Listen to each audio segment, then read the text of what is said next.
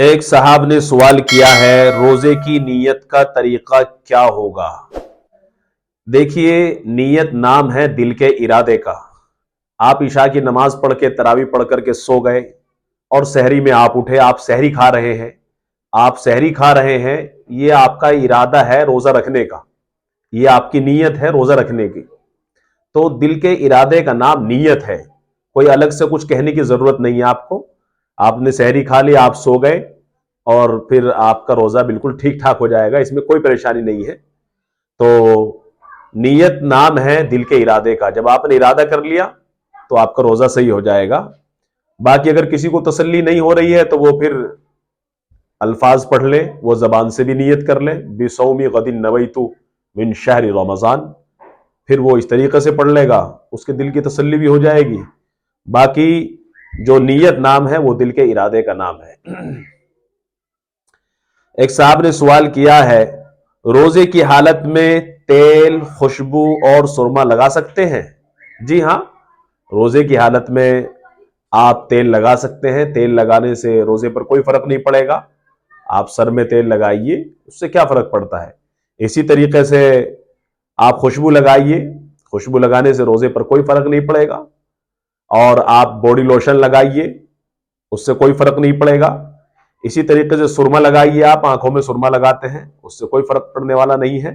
تو روزے کی حالت میں آپ تیل بھی لگا سکتے ہیں، خوشبو بھی لگا سکتے ہیں اور سرما بھی لگا سکتے ہیں۔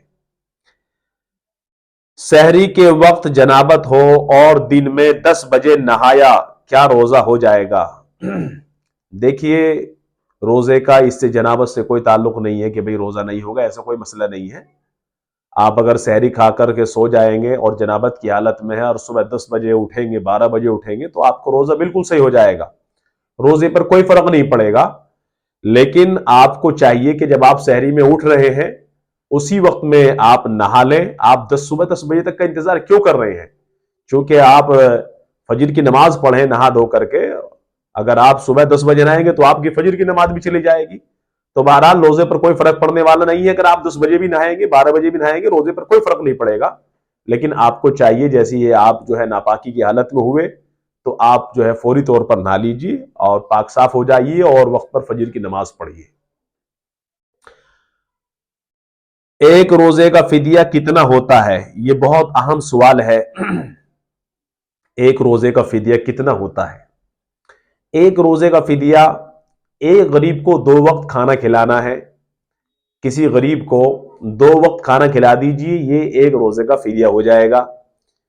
یا ایک روزے کا فدیہ 2.25 کلو گندم دے دیجیے۔ اس میں علماء کرام کے 2 رائے ہیں، کچھ علماء کا کہنا ہے کہ 2.25 کلو گندم ایک روزے کا فدیہ ہے، اور کچھ علماء کا کہنا ہے کہ 2.25 کلو گندم یہ ایک روزے کا فدیہ ہے۔ تو بہرحال 2.25 کلو گندم والا جو قول ہے اس پر آپ عمل کر لیں گے تو 2.25 کلو والا بھی جو قول ہے اس پر بھی عمل ہو جائے گا۔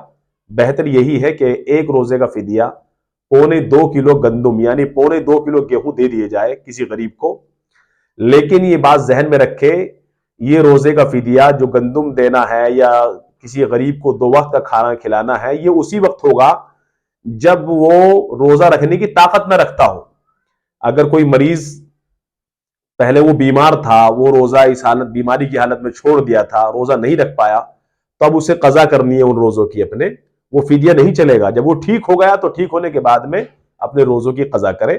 لیکن اگر کوئی آدمی ایسا ہو کہ وہ بڑھاپے کی حالت میں ہے، جسم میں بہت زیادہ کمزوری ہے اور روزے اس کے چھوٹ گئے تھے لیکن وہ ٹھیک ہی نہیں ہو رہا، 6 مہینے ہو گئے، سال ہو گئے، وہ ٹھیک ہی نہیں ہو رہا اور آگے بھی بڑھاپے کی طرف جا رہا ہے، کمزوری کی طرف جا رہا ہے دن بدن، اور ایسے آثار لگ رہے ہیں کہ یہ صحت مند ہی نہیں ہوگا، بلکہ اب یہ ٹھیک ہوگا ہی نہیں، صحت مند ہوگا ہی نہیں، ایسے حالات اگر نظر آ رہے ہیں تو اس کا آپ فدیہ دے دیجئے۔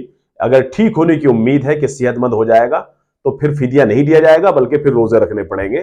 تو فدیہ اس وقت میں ہے جب آدمی ٹھیک ٹھاک نہ ہو اور اس کے حالات ٹھیک ہونے کے نظر بھی نہ آ رہے ہوں۔ روزہ افطار کس چیز سے کریں؟ آپ کی مرضی ہے، آپ کسی چیز سے بھی روزہ افطار کر سکتے ہیں، جو آپ کے پاس ہو آپ اس سے روزہ افطار کریں، لیکن جو سنت ہے وہ یہ ہے کہ اللہ کے رسول صلی اللہ علیہ وسلم تازہ کھجوروں سے روزہ افطار کیا کرتے تھے۔ ہمارے پاس میں بھی کھجور ہیں تو ہم کو چاہیے کہ ہم کھجور سے روزہ افطار کریں، اور اگر کھجور افطار کے لیے نہیں ہے ہمارے پاس میں تو پھر پانی سے افطار کریں۔ تو افضل تو یہی ہے کہ افطار کھجور سے کریں، اور کھجور نہیں ہے تو پھر پانی سے کریں، اور بہرحال یہ طریقہ اچھا ہے، اس پر عمل کرنا چاہیے۔ ایک عورت نے پوچھا ہے، میرا شوہر روزہ نہیں رکھتا ہے، مجھے دن میں ناشتہ کھانا بنانا پڑتا ہے، تو کیا میرے لیے یہ جائز ہے؟ اصل تو یہی ہے کہ اس کے لیے کھانا نہ بنایا جائے، اصل تو یہی ہے کہ اس کے لیے کھانا نہ بنایا جائے، لیکن چونکہ وہ آپ کا شوہر ہے، اگر آپ اس کو کھانا بنا کر کے نہیں دیں گی، آپ اس کو ناشتہ بنا کر کے نہیں دیں گی، تو وہ آپ کے ساتھ میں لڑائی جھگڑا کرے گا، آپ کے ساتھ میں مار پیٹ کرے گا، اور کہیں ایسا نہ ہو کہ آپ کا گھر ٹوٹ جائے اور آپ کے درمیان میں علیحدگی کا مسئلہ کھڑا ہو جائے۔ تو بہرحال آپ اس کے لیے کھانا بناتے رہیے، اور کھانا بنانے کے ساتھ ساتھ میں اس کے لیے آپ اللہ تعالیٰ سے دعا بھی کرتی رہیے کہ اللہ تعالیٰ اسے ہدایت دے دے، اس کو سمجھ دے دے۔ اللہ سے دعا کیجئے خاص طور سے کہ اللہ میرے شوہر کو سمجھ دے دے، ایسی سمجھ دے دے کہ یہ روزے کا پابند بن جائے، یہ نیک ہو جائے، اس کی بات سمجھ میں آ جائے، تو اللہ کے سامنے اپنے مسئلے کو رکھے کہ اللہ میں نہیں چاہتی، میرا دل نہیں چاہتا کہ میں اس کے لیے کھانا بناؤں، لیکن مجبور ہوں کہ کہیں گھر نہ ٹوٹ جائے، یہ مجھے برا بھلا کہے گا، مارے گا۔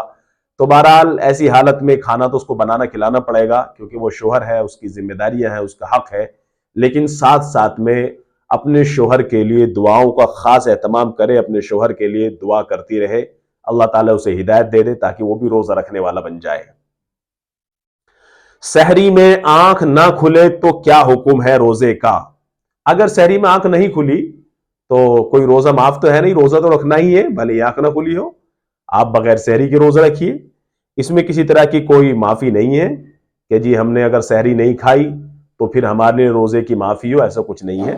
اگر سحری میں آپ کی آنکھ نہیں کھلی تو بھی آپ کو روزہ رکھنا پڑے گا، کوئی بات نہیں، اس روز تھوڑا پیاس زیادہ لگے گی، بھوک زیادہ لگے گی، بھوک اور پیاس کا آپ کو زیادہ احساس ہوگا، تو اللہ تعالیٰ سب دیکھ رہا ہے کہ میرا بندہ کون کتنا بھوکا ہے، کتنا پیاسا ہے۔ امید اللہ کی ذات سے اللہ تعالیٰ آپ کو بھوک اور پیاس کی وجہ سے اور بھی زیادہ اجر عطا فرمائیں گے۔ تو بہرحال اگر کسی نے سحری نہیں کھائی، آنکھ نہیں کھلی، آنکھ نہ کھلنے کی وجہ سے سحری نہیں کھا پائے تو روزہ رکھنا ہے، روزہ چھوڑنے کی کوئی گنجائش، کوئی اجازت نہیں ہے۔ پرانے قرآن کو پرانے قرآن کو جلانا کیسا ہے؟ جو قرآن کے ورق ہوتے ہیں، جو شہید ہو جاتے ہیں قرآن، ان کو جلانا کیسا ہے؟ جی ہاں، جو قرآن کے اوراق ہوتے ہیں، جو قرآن شہید ہو جاتے ہیں، ان کو کا طریقہ یہ ہے کہ آپ ان کو اکٹھا کر کے ایک جگہ آپ ایک گڈھا کھودیے، اور گڈھا کھودنے کے بعد میں آپ ان کو جلائیے، اور جلا کر کے پھر آپ اوپر سے مٹی ڈال دیجئے، دفن کر دیجئے، تاکہ جب وہ جل جائے گا تو اس کے حروف وغیرہ جو بھی ہے وہ سب ختم ہو جائیں گے، اور کسی کے اس کے اوپر پیر بھی نہیں پڑیں گے، کہیں بے ادبی کا امکان بھی نہیں ہوگا۔ اس لیے آپ قرآن کریم کے جو ردی ہے، جو وہ اور قائد سپارے جو بھی ہوتے ہیں، ان سب کے لیے یہی حکم ہے کہ ان کو ایک گڈھا کھود کر کے اس میں جلا کر کے دفن کر دیا جائے، تاکہ کسی کے پیر اس کے اوپر نہ پڑ سکے۔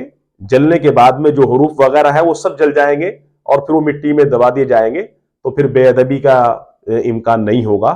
تو طریقہ یہی ہے کہ گڈھا کھود کر کے اس میں وہ قرآن کے اوراق اور جو پھٹے پرانے قرآن کی جلدیں ہیں ان کو جلا کر کے دفن کر دیا جائے، جلا کر کے۔ اگر قرآن غلطی سے گر جائے تو کیا حکم ہے؟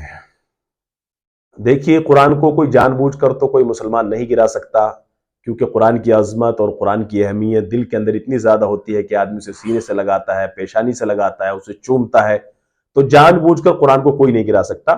لیکن اگر انجانے میں کسی سے قرآن گر جاتا ہے، جیسے ہوتا ہے، تو ہم نے سنا ہے بہت سارے عورتوں سے اس طرح کی بات سننے میں آئی کہ قرآن گر جائے تو قرآن کے وزن کے برابر اتنا گیہوں دینا پڑے گا، قرآن کے وزن کے برابر جو ہے گیہوں صدقہ کرنا پڑے گا۔ تو ایسا کچھ بھی نہیں ہے کہ قرآن کے وزن کے برابر گیہوں صدقہ کرنا پڑے گا، ایسا کچھ بھی نہیں ہے۔ اگر قرآن کریم گر گیا ہے، آپ اسے اٹھائیے قرآن کریم کو، اور اسے آپ جو ہے سینے سے لگائیے، ادب کے دائرے میں اس کا آپ ادب کیجئے اور اسے آپ رکھ دیجئے۔ باقی آپ کو کچھ نہیں دینا، نہ آپ کو کچھ صدقہ کرنا ہے، کچھ بھی نہیں کرنا، کیونکہ آپ نے قرآن جان بوجھ کر نہیں گرایا۔